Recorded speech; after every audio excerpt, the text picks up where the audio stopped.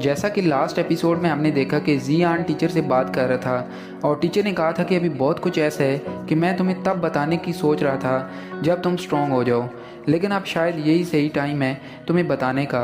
लेकिन उन्होंने मुझे ढूंढ लिया है। मेरा जो ओरिजिनल प्लान था वो अब तबाह हो चुका है, क्योंकि जो शक्ति उनके पीछे है वो बहुत ज़्यादा बड़ी है। उस शक्ति के बारे में मैं कुछ नहीं कर सकता। क्या तुम श्योर हो कि तुम उसके बारे में जानना चाहते हो? जियान हैरान हो जाता है और कुछ सोचने के बाद कहता है कि मैं आपका डेसिपल हूँ और सामने कितनी भी बड़ी ताकत हो मैं उसके लिए ज़रूर लड़ूंगा। योशेन बताता है कि ये बहुत सारे पावरफुल लोगों से भरा हुआ है, जिसकी वजह से उनके आसपास एक बहुत बड़ी शक्ति क्रिएट हो जाती है। सोल टेम्पल उन्हीं शक्तियों में से एक है।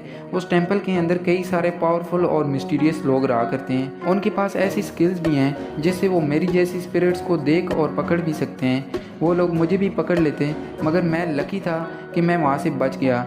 मैं उस दिन तो बच गया, लेकिन वो लोग तो मुझे ढूंढ ही लेंगे। इसलिए मुझे अब जल्द से जल्द अपनी बॉडी बनानी होगी। जियान बहुत ज़्यादा टेंशन में आ जाता है, लेकिन वो अपने टीचर को यकीन दिलाता है कि वो जल्द से जल्द ढूंढ लेगा। इससे वो टीचर की बॉडी बना पाएगा। टीचर कहता है कि अब तुम पर सब डिपेंड करता है। जियान फिर याद करता है कि कैसे उन लोगों ने तीनों स्पिरिट्स को मार डाला था।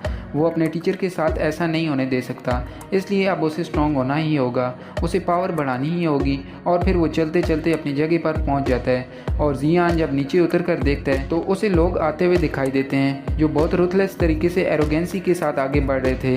अब जियान भी ब्लैक सी सिटी के अंदर जाने लगता है, जहाँ कोई भी कानून नहीं है। यहाँ पर अगर आप ताकतवर हो तो तभी आप जिंदा रह सकते हो, और यहाँ के लोगों के अंदर मोरालिटी नाम की कोई चीज़ नहीं होती।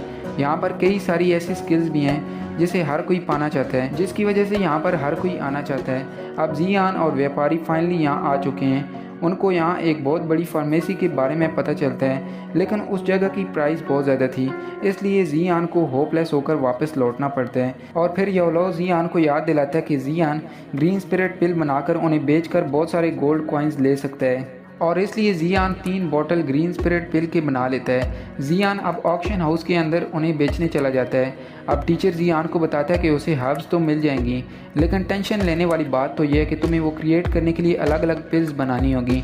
अब फिर वो और भी तरह की बातें करते हैं और फिर फाइनली वहाँ पर ऑक्शन हाउस में पहुँच जाते हैं। ये ऑक्शन हाउस एक डोर सेट से होस्ट किया जाता था और वही यहाँ का इंचार्ज है, इसलिए तुम जब अंदर जाओ तो तुम्हें एक्टिव रहना होगा। जियान ऑक्शन हाउस के बाहर बॉडीगार्ड्स देखते हैं जो काफ़ी स्ट्रॉन्ग थे। जियान घूमते घूमते एक बहुत बड़े सौदागर के पास पहुंच जाते हैं। जियान कहता है कि मेरे पास कुछ ऐसा है जिसे तुम अपने ऑक्शन में उतारना चाहोगे। वो सौदागर कहता है कि अगर वो चीज़ 1 लाख सिक्कों से कम है तो मेरा टाइम वेस्ट मत करना। जियान उसे वो 3 बॉटल दिखाता है जो उसने बनाई थी। सौदागर पहली बॉटल को सूंघता है और कहता है कि ये तो काफ़ी अच्छी है, लेकिन यहाँ पर और भी कई सारी ऐसी चीज़ें हैं जो तुम्हारी इन बॉटल्स को सरपास कर सकती हैं, इसलिए तुम्हें कुछ पैसे मिल जाएंगे। लेकिन जियान फिर उसी तीसरी बॉटल चेक करने को कहता है और खुश होते हुए वो उठाता है और कहता है कि ये तो ग्रीन स्पिरिट पिल है।